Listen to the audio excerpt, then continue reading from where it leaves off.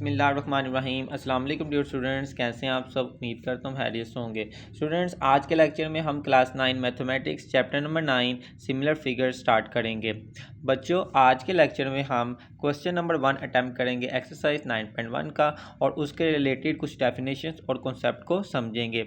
याद रहे, जो हम डेफिनेशंस या कॉन्सेप्ट समझेंगे वो पेपर पॉइंट ऑफ व्यू से बहुत ज़्यादा ज़रूरी है, बिकॉज आपके पेपर में कम से कम 8 से 9 डेफिनेशंस आती हैं, इसलिए क्वेश्चंस के साथ साथ डेफिनेशन को भी क्लियर करते जाएं।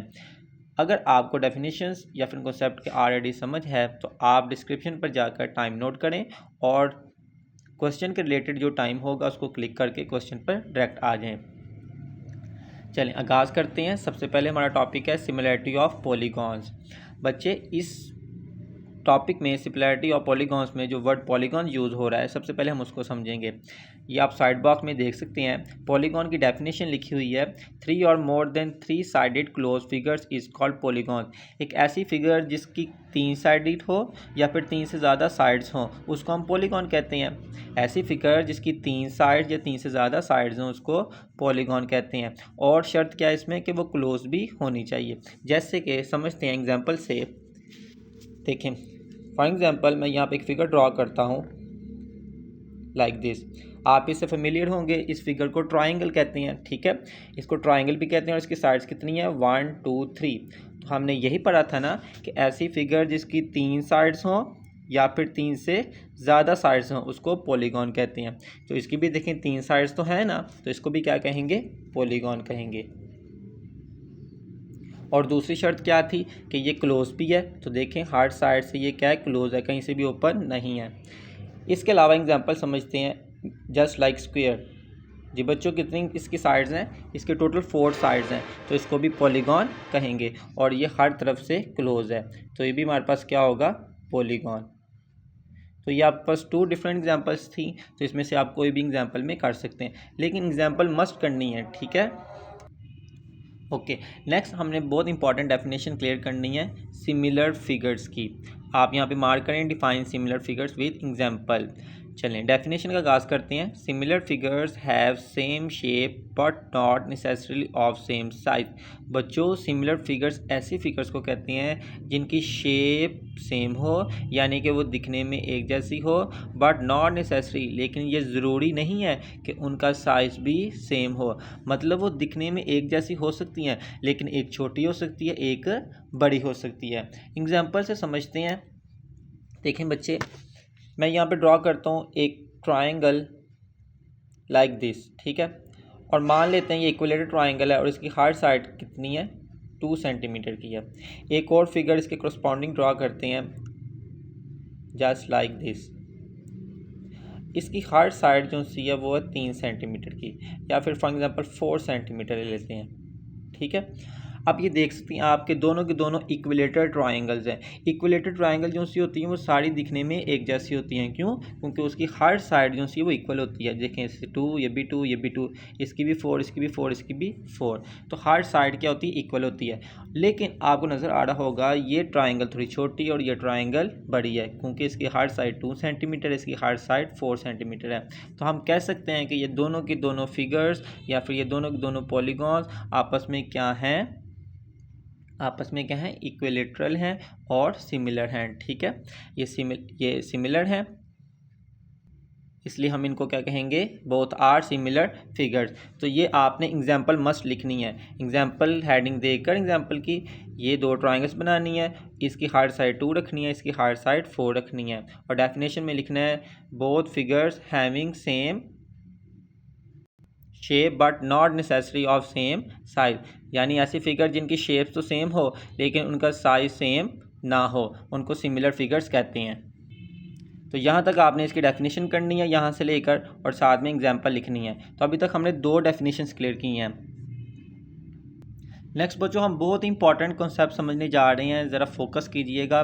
नेक्स्ट आपने हेडिंग यहाँ पर देनी है condition of similar polygons. Condition of similar polygons कि कब 2 पॉलीगॉन्स आपस में क्या होते हैं, सिमिलर होते हैं। पॉलीगॉन्स क्या होते हैं वो मैंने आपको बता दिया है, 3 साइडेड वाले फिगर को पॉलीगॉन कहते हैं। अब उनकी कंडीशन हमने पढ़नी है कि कब हम कह सकते हैं कि ये आपस में क्या है, सिमिलर। जी, 2 polygons are similar if their corresponding angles are equal. 2 polygons उस टाइम सिमिलर होते हैं जब उनके कोरस्पॉन्डिंग एंगल्स इक्वल होते हैं। कोरस्पॉन्डिंग एंगल्स क्या होते हैं ये मैं आपको बताता हूँ। And the corresponding sides are proportional. तो ये 2 बातें आपने समझनी है। देखें ज़रा, जैसे कि बच्चों मैं यहाँ पे ड्रॉ कर लेता हूँ 2 स्क्वायर्स, या फिर हम ऐसा करते हैं इन्हीं ट्राइंगल से समझ लेते हैं, ज़्यादा आसानी रहेगी। ये आप देख सकते हैं कि ये दोनों ट्राइंगल्स आपस में क्या थी, सिमिलर थी। अब जो कंडीशन इसने बताई हैं वो यहाँ पर यूज़ करते हैं। देखें, उसने पहले ये कहा था कि कोरस्पॉन्डिंग एंगल सेम होने चाहिए। कोरस्पॉन्डिंग एंगल का मतलब होता है इसका ये वाला एंगल और इसका ये वाला एंगल सेम होना चाहिए, इसका ये वाला एंगल और इसका ये एंगल सेम होना चाहिए, इसका ये वाला एंगल और इसका ये वाला एंगल सेम होना चाहिए। ठीक है, इसका ये वाला और इसका भी यही वाला, इसका ये वाला, इसका भी यही वाला, इसका ये वाला और इसका भी यही वाला सेम होना चाहिए। तो ये पहली कंडीशन फुलफिल होगी। तो देखते हैं ये सेम है कि नहीं है। बच्चों मैंने आपको बताया था ये दोनों ट्राइंगल्स आपस में क्या है, इक्विलेटरल है ना। तो किसी भी ट्राइंगल में कम से कम 3 एंगल्स होते हैं, बल्कि होते ही 3 हैं। ठीक है, और इक्विलेटरल ट्राइंगल की ये खास बात होती है कि हर एंगल 60 डिग्री का होता है। ये भी 60 का होगा, ये भी 60 का होगा और ये भी 60 का होगा। ये भी इक्विलेटरल ट्राइंगल है, इसका भी हर एंगल कितना होगा, 60 डिग्री का, क्योंकि 3 एंगल्स का सम 180 होता है, इसलिए हर एंगल कितना होगा, 60, 60 और 60 होगा। तो हमने ये देखा कि कोरस्पॉन्डिंग एंगल्स सारे के सारे सेम हैं। सेकंड कंडीशन ये होती है कि इनकी कोरस्पॉन्डिंग साइड्स भी प्रोपोर्शनल होनी चाहिए। चलें देखते हैं, इसकी कोरस्पॉन्डिंग साइड क्या है 2 और इसकी कोरस्पॉन्डिंग साइड क्या 4। प्रोपोर्शनल का मतलब होता है रेशो लेना। इसकी रेशो ली, क्या देखते हैं ये नेक्स्ट कोरस्पॉन्डिंग साइड की रेशो की इक्वल होता है कि नहीं। फिर इसकी कोरस्पॉन्डिंग साइड कौन सी है 2 और इसकी कौन सी है 4, तो लिख 2/4 लिया। फिर इसकी कोरस्पॉन्डिंग साइड कौन सी है 2 और इसकी कौन सी है 4। तो देखें सब जो सी है वो सेम आ रही हैं, 2/4, 2/4, 2/4। तो हम कह सकते हैं कि ये दोनों फिगर्स आपस में क्या थे, सिमिलर थे। ठीक है, तो ये कंडीशन हमने चेक करनी है सिमिलर पॉलीगॉन्स के ऊपर। ये कंडीशन बच्चों आपने क्रैम कर लेनी, आपको रट जानी चाहिए ये कंडीशन, ये बहुत ही ज़्यादा इंपॉर्टेंट है।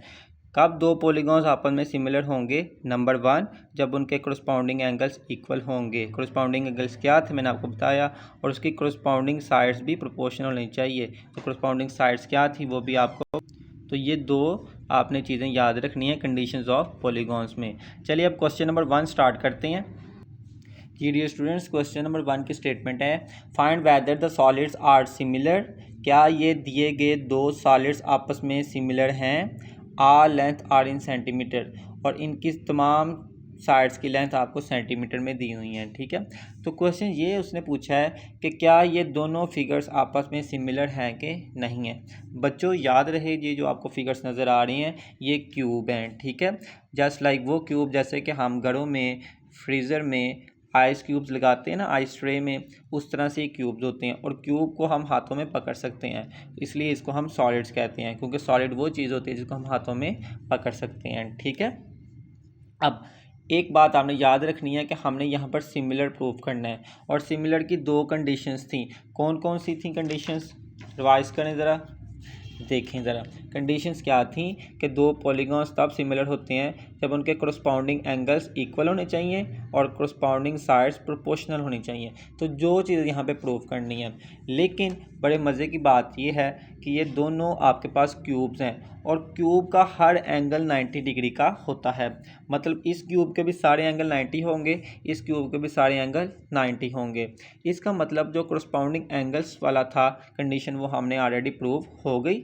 अब हमने सिर्फ ये प्रूव करना है कि इनकी कोरस्पॉन्डिंग साइड्स प्रोपोर्शनल होनी चाहिए। ठीक है, तो यहाँ पे हम लिखते हैं we want to prove that